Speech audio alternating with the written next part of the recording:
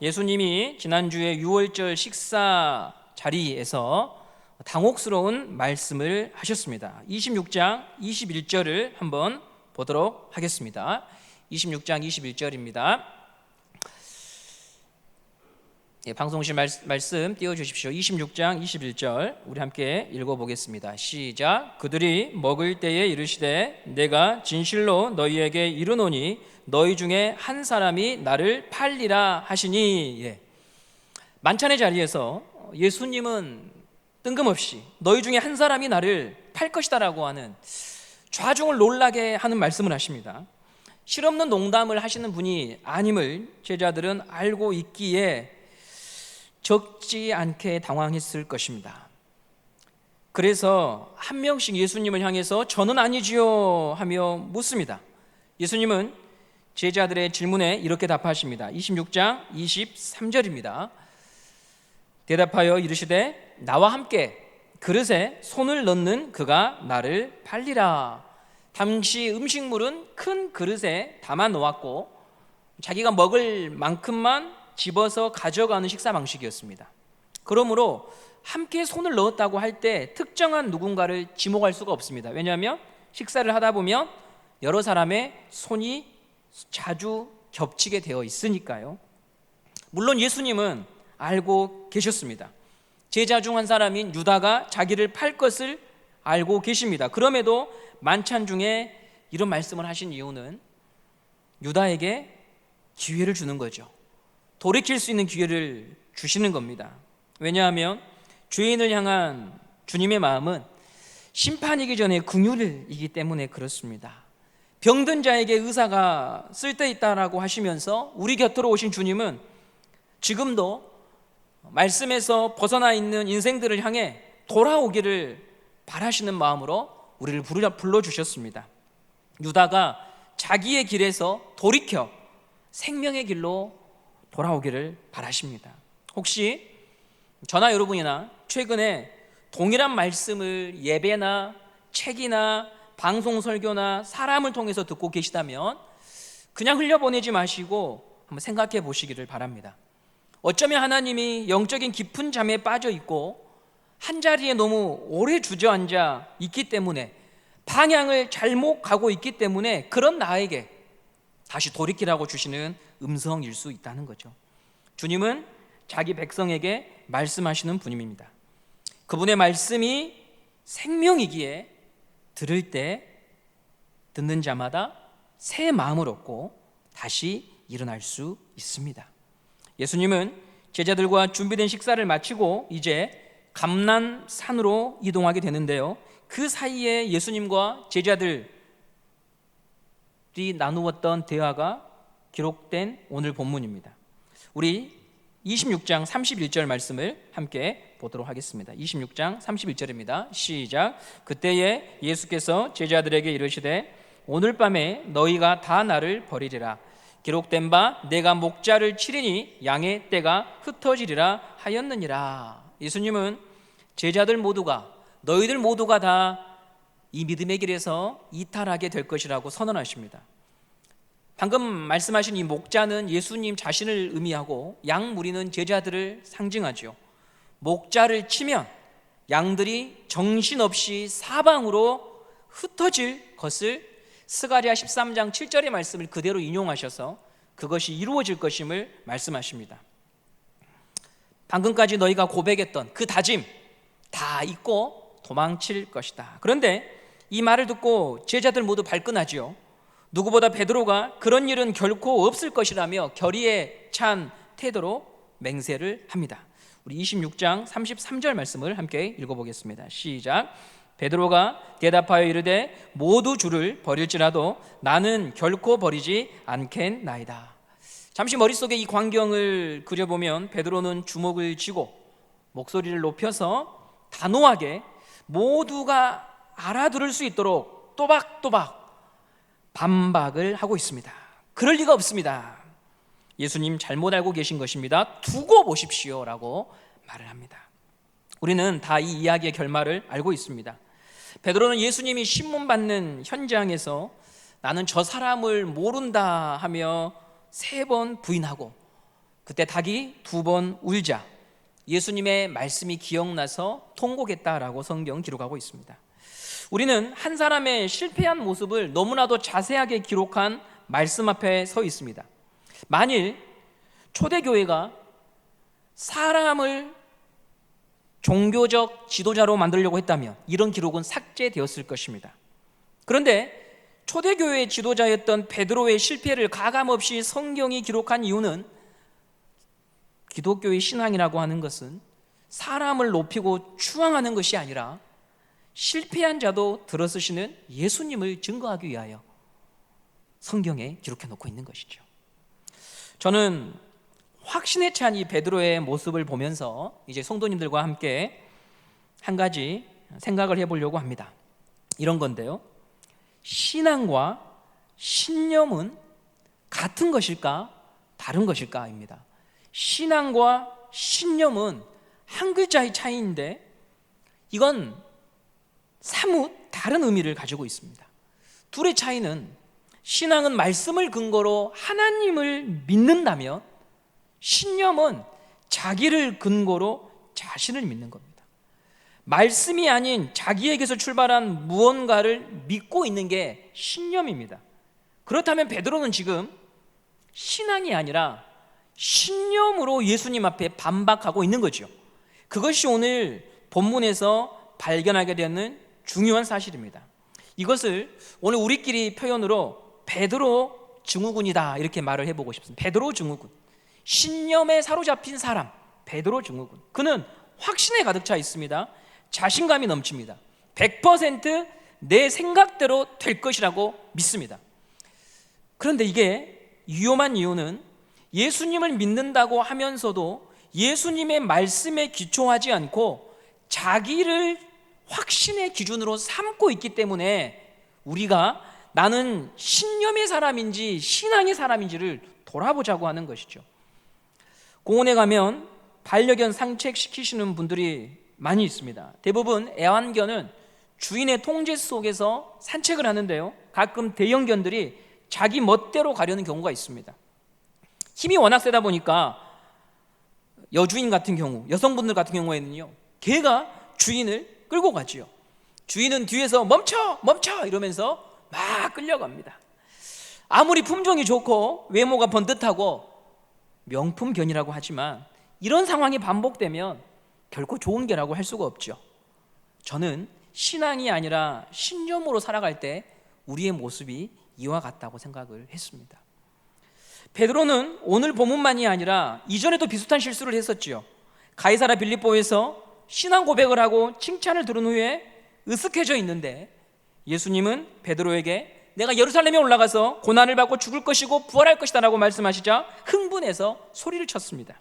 우리 마태복음 16장 21절과 22절 말씀을 함께 보도록 하겠습니다. 마태복음 16장 21절 22절입니다. 시작. 이때로부터 예수 그리스도께서 자기가 예루살렘에 올라가 장로들과 대제사장들과 서기관들에게 많은 고난을 받고 죽임을 당하고 제3일에 살아나야 할 것을 제자들에게 비로소 나타내시니 베드로가 예수를 붙들고 항변하여 이르되 주여 그리 마옵소서, 이 일이 결코 주께 미치지 아니하리이다. 예수님을 꾸짖고 항변하는 베드로가 결코 안 될 겁니다 라고 맹세하고 자기 확신에 사로잡혀 있습니다. 여기서도 베드로는 똑같은 실수를 합니다. 말씀에서 출발하지 않고 내가 가진 메시아관, 메시아는 이래야 된다라고 하는 자기의 신학과 가치관에 사로잡혀서 예수님의 말씀을 거절하죠. 신념이 신앙을 앞서버렸습니다. 그래서 예수님을 질책하고 예수님을 꾸짖습니다. 이 모습은 여러분 잠시 생각해 보면 예수님을 이렇게 대했던 사람들이 있었습니다. 누군가 하면 늘 예루살렘부터 예수님이 가는 곳마다 쫓아와서 예수님에게 시비를 걸었던 바리새인과 서기관들이 예수님을 항상 이렇게 대했습니다. 예수님이 하는 사역과 말씀을 들으려고 하지 않고 당신이 잘못하고 있어 라며 따지고 들었습니다. 이 광경을 옆에서 지켜보던 제자들, 특별히 베드로는 바리새인과 서기관의 이 태도를 보면서 대단히 못마땅하게 여겼을 것입니다. 감히 너희가 우리 예수님께 너희들이 뭘 알아서 예수님에게 그런 태도를 보이느냐, 이렇게 베드로의 마음 안에 흥분되지 않았겠습니까? 그런데 베드로가 신앙이 아니라 신념에 묶이는 순간 그 바리새인과 서기관들이 예수님을 대했던 그 태도로 우리 주님을 대하고 있다는 거죠. 예수님보다 앞서가고 예수님을 끌고 가고 예수님을 비판하고 있습니다. 이게 신념이 성도를 사로잡을 때 일어나는 일입니다. 두 번째, 베드로 증후군의 두 번째 모습은요, 이 본문을 보시면 또 한 가지 뭘 발견하냐면 베드로는요, 나는 다르다 이렇게 생각을 합니다. 나는 너희들과는 달라 이렇게 말을 합니다. 26장 33절을 함께 보도록 하겠습니다. 26장 33절입니다. 시작. 베드로가 대답하여 이르되 모두 주를 버릴지라도 나는 결코 버리지 않겠나이다.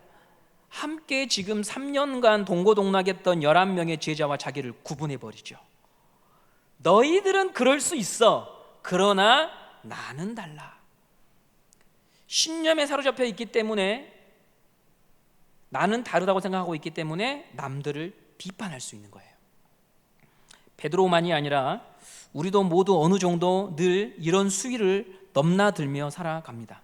그런데 조금만 우리가 우리 자신에 대해서 묵상하고 생각하면 나는 다른 사람과 그렇게 틀리지 않다고 하는 것을 우리가 많이 경험하고 느끼고 살지요.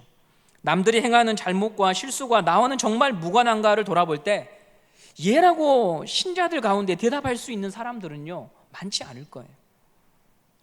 우리가 우리 자식한테 아무리 좋은 것을 주려고 하고 좋은 삶을 보여주려고 하지만 의외로 많은 우리의 자녀들이 나 때문에 상처 많이 받는 거 아시죠? 나 때문에 믿음 생활을 못하겠다고 말하기도 하고, 부모님이 그렇게 믿는 예수라고 한다면 나는 별로 믿고 싶지 않다라고 말하는 자녀들이 참 많이 있습니다. 말씀하는 것과 삶이 다르다고 하는 것 때문에 우리들은 그냥 간과하고, 우리들은 쉽게 생각한 부분들에 대해서 타인들과 이웃들과 자녀들은 그것에 대하여 깊은 상처를 받을 때가 많이 있습니다. 바르게 살라고 말은 하지만 바르게 살지 못한 모습을 보여줄 때가 있습니다. 사정이 여의치 않아서 어쩔 수 없이 빗나간 그런 길을 걸어갈 때도 있고, 알면서도 쉽게 생각하고 지나칠 때도 있습니다. 사람은 자기에게 한없이 관대하기 때문에, 그래서 우리는 나는 다르다고 착각을 하지만 타인의 눈에 비친 내 모습은 불의와 타협하기도 하고 고집스러운 사람일 수 있죠. 더 나아가 사람은 마음속에 감추어진 것을 잘 보지 못하지만 나에 대해서 누구보다 가장 잘 아시는 내 안에 계신 성령님은 나를 어떻게 생각하고 계실까요? 선을 행하더라도, 남을 돕더라도 그 안에 감추어진 이유를 소상히 알고 계시는 성령님은 나를 어떻게 정의하고 계실까요? 하나님은 성경을 통해서 우리에 대한 진단을 여러 차례 내리셨습니다. 로마서 3장 10절에서 12절 말씀 함께 보도록 하겠습니다. 로마서 3장 10절에서 12절입니다. 시작. 기록된 바 의인은 없나니 하나도 없으며 깨닫는 자도 없고 하나님을 찾는 자도 없고 다 치우쳐 한 가지로 무익하게 되고 선을 행하는 자는 없나니 하나도 없도다. 이게 하나님의 진단이죠. 로마서 3장 23절에서는 모든 사람이 죄를 범하였다라고 말씀하십니다. 여기에 내가 포함되어 있는 거예요. 그런데도 참 우리가 아쉬운 건, 이런 말씀을 들을 때 머리로는 맞아 이렇게 말하지만 마음 깊은 동의까지 가기는 어려워요. 나는 그래도 좀 나은 구석이 있다고 여지를 두지요. 그런데 바로 그 생각이 오늘 베드로의 실패의 바탕이 되었다는 거예요. 사실 우리는 별로 다르지 않아요. 그 위치에 가보면, 그 상황에 처하면 어떤 선택을 할지 우리도 알 수 없어요. 나는 너와 다르다는 확신은 우리의 신앙을 위협하는 생각입니다. 신념에 사로잡히게 만들어 버립니다. 그래서 우리로 하여금 이 베드로처럼 나를 부인하지 못하고 오히려 주님을 부인하는 길로 갈 수가 있는 거예요. 신념에 사로잡히면 사람 앞에서만 늘 나를 확인하게 돼요. 병원에 가면 번호표를 뽑고 로비에서 대기를 하지요. 대기하면서 주위를 둘러보면 나보다 훨씬 심각한 증세를 가지고 복통, 두통, 호소하는 환자들이 있어요.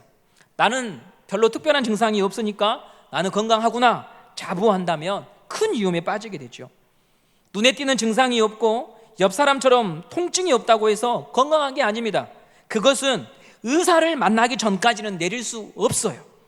내가 내린 진단이 아니라 성경이 내린, 의사이신 주님이 내린 진단에서 나를 확인해야 되죠. 결국 나는 다르다고 하는 이 거짓된 확신에서 벗어나려면 예수님의 말씀 앞에 서야 의사이신 그분의 진단을 받고 내 모습을 정확하게 볼 수가 있는 것입니다. 예수님을 믿는다는 것은 내가 스스로 처방하지 않고 예수님의 진단과 처방을 듣겠다는 것입니다. 예수님은 거듭거듭 말씀하셨지요. 자기를 부인하고 나를 따라와야 된다. 자기를 부인한다고 하는 것은 너의 감정과 생각을 기초 삼지 말고 나한테 먼저 받아라. 나한테 은혜를 받아라. 나한테 말씀을 받아라. 이 말씀이죠. 그때서야 우리는 비로소 신념이 아니라 신앙으로 가게 됩니다. 그런데 비판에 사로잡히면, 신념에 사로잡히면 늘 사람 앞에서 나를 확인하게 된다는 거예요. 그래서 예수님에게서 멀어지죠. 우리는 의사 되신 예수님께로 가야 됩니다.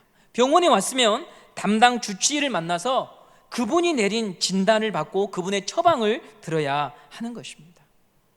이렇게 실패한 베드로가요, 베드로전서 4장 11절에 이런 말씀을 기록해 놓았습니다. 베드로전서 4장 11절 말씀을 보도록 하겠습니다. 시작. 만일 누가 말하려면 하나님의 말씀을 하는 것 같이 하고 누가 봉사하려면 하나님이 공급하시는 힘으로 하는 것 같이 하라.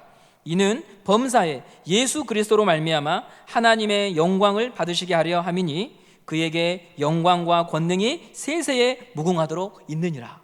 저는 이 구절을 보면서요, 베드로가 이런 말을 했다고 하는 것에 더 큰 은혜를 받았어요. 뭔가 하려고 하면, 봉사하려고 하면 너의 힘으로 하지 말고 하나님이 공급하시는 것을 먼저 받고 해야 된다. 마태복음 26장까지의 베드로는 신념으로 살았어요. 확신으로 살았습니다. 이 베드로는요, 우리보다는 더 많이 헌신한 사람이잖아요. 예수님이 부르자 아내를 두고 가정을 떠나왔습니다. 고기 잡는 도구를 다 버려두고 예수님을 쫓았어요. 인생을 바쳤지요. 남들이 예수님 비방하고 수군댈 때 자기는 예수라고 하는 분이 반드시 뭔가 하신다, 그 믿음으로 여기까지 왔어요. 그런데 주님은 오늘 우리들에게 말씀을 통해서 그것만으로는 갈 수 없다는 거예요. 그것만 가지고는 베드로의 실패를 반복한다고 하는 거예요. 나에게서 출발한 신념으로는 갈 수 없다고 베드로도 오늘 우리에게 말하고 있어요. 산전수전 다 겪은 이 베드로 어르신이 사랑스러운 눈빛으로, 안쓰러운 표정으로 우리를 향해 말하고 있는 거예요. 혹시 여러분 가운데 뼈아픈 절망이나 실망으로 깊은 터널을 지나가고 있다면 오늘 본문의 말씀을 통해서 하나님이 여러분에게 하시고자 하시는 말씀이 무엇인지 들을 수 있는 시간이 되기를 바라요. 우리의 본성은 신념으로 가려고 합니다. 나라는 본성과 내 안에 있는 자아는 끊임없이 여러 가지 이유를 들어서 죽으려고 하기보다는 살고 싶어 하거든요. 예수로 기준을 삼는 것을 싫어해요. 물론 우리 가운데 예수가 싫어 이렇게 말하는 분들은 아무도 없어요. 다 사랑한다고 고백해요. 그러나 영적인 차원과 믿음의 세계 안에서는 예수님과 치열한 싸움이 있는 거죠. 제 생각이 맞다니까요. 아니 왜 그런 식으로 하십니까? 라고 하는 본성이 예수님을 끊임없이 밀어내려고 하거든요. 우리는 이 베드로의 실패를 통해서 먼저 받는 사람이 돼야 돼요. 은혜를 받고 말씀을 받고 예수님의 사랑을 먼저 받는 사람이 되어야 해요.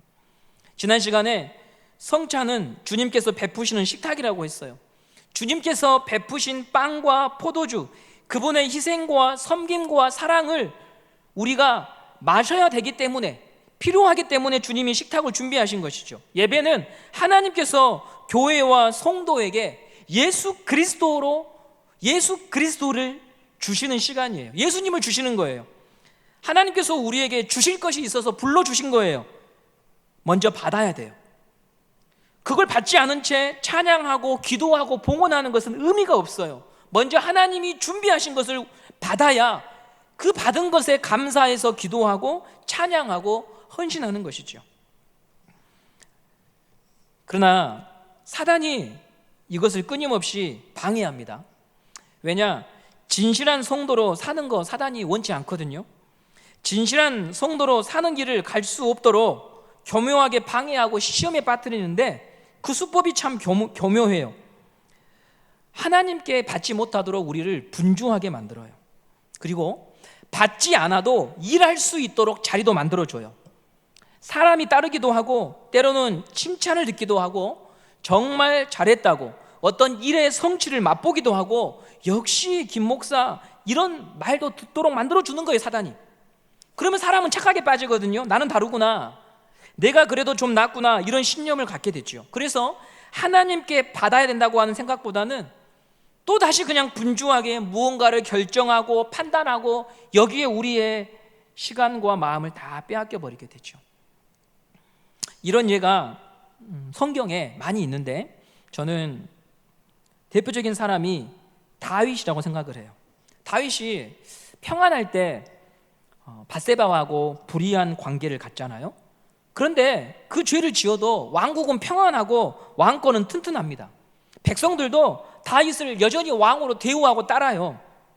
그러다가 나단 선지자가 와서 한 가지 이야기를 들려주지요. 왕이시여, 손님이 와서 음식을 대접해야 되는데 이 부자 양반이 자기 집에 있는 수많은 양은 놔두고 가난한 집에 있는 한 마리 양, 자식처럼 너무나 소중하게 키운 그 양을 빼앗아 와서 그곳으로 식사를 대접해 버립디다.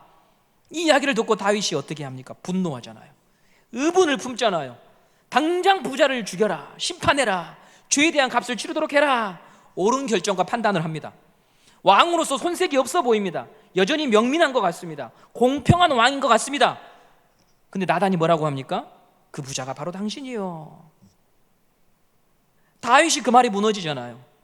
다윗은 자기 모습을 그때서야 본 거예요. 자신이 어떤 사람인지 비로소 다시 그때서야 보게 된 거예요. 신앙이 아니라 신념만으로도 교회 일을 행할 수 있어요. 인생을 살 수 있어요. 자녀 교육도 시킬 수 있어요. 그런데 신념으로 살면 나중에 가서는 예수 그리스도를 부인하게 되는 거예요. 자기가 주가 되어 있기 때문에, 자기를 보지 못하기 때문에 점점 더 높아지고 오판하고 예수님까지 가르치려고 하는 자리로 가고 마는 것이죠. 그래서 저는 오늘 여러분과 제 자신에게 우리는 먼저 받아야 된다. 우리 따라서 한번 해볼까요? 받아야 삽니다. 예, 말씀을 받아야 합니다. 그런데 우리의 본성으로는 잘 되지 않기에 하나님은 때때로 의도와 목적을 가지고요, 우리를 구석으로 몰아넣으실 때가 있어요. 월요일에 주한이를 데리고 아동병원에 갔는데 주한이가 주사를 안 맞으려고 버텨가지고 20-30분간 소란을 피우다가 간호사들끼리 눈을 딱 마주치더니 3명이 달려들어가지고 엎어가지고 바로 놓더라고요. 네. 하나님이 우리가 우리 고집대로 살려고 하면 여러분, 우리의 생각과는 다르게 구석으로 몰아놓고 하나님의 작정과 계획대로 실행할 때가 있는 거예요. 그렇게 해야 유다의 길이 아니라 베드로의 길을 갈 수 있습니까?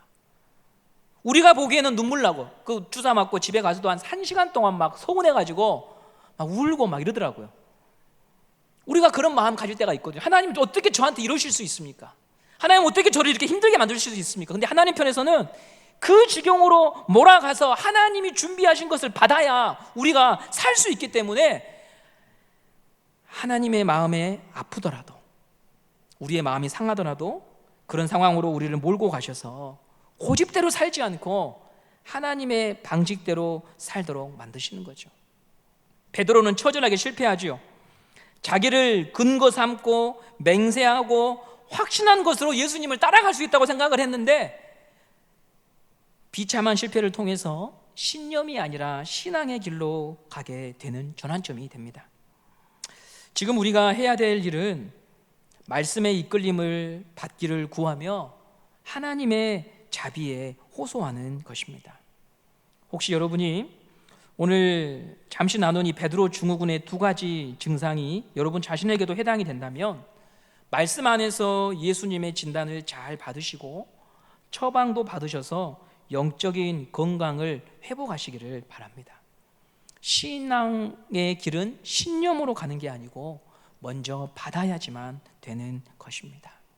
말씀을 받아야 합니다. 말씀 안에서 상황을 해석하고 내 생각을 말씀의 권위 아래 두는 것이 먼저 되어야 오늘 우리는 내 앞에 펼쳐진 일들을 바르게 해석하고 바르게 판단할 수가 있는 것입니다. 저도 아직 젊어서 많이 비판합니다. 그렇죠? 저 사람은 왜 저럴까?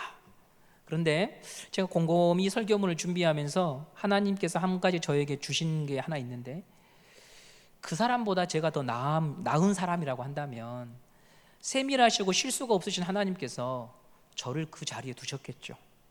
그 정치에, 그죠? 그 가정에 저를 두셨겠죠. 왜 그 사람을 두셨겠어요? 세밀하시고 실수하지 않으시는 하나님이 왜 그렇게 하셨겠어요? 네. 우리는 우리 자신을 못 봐요. 그 자리에 있어 보지 않으면 우리가 누구인지 알지 못하는 사람입니다. 먼저 하나님의 말씀을 받고 하나님 안에서 내 자신의 비참함을 인정하고 엎드려 은혜를 구하는 겸손한 심령으로 또 남은 3일간을 우리 함께 살아가기를 간절히 원합니다.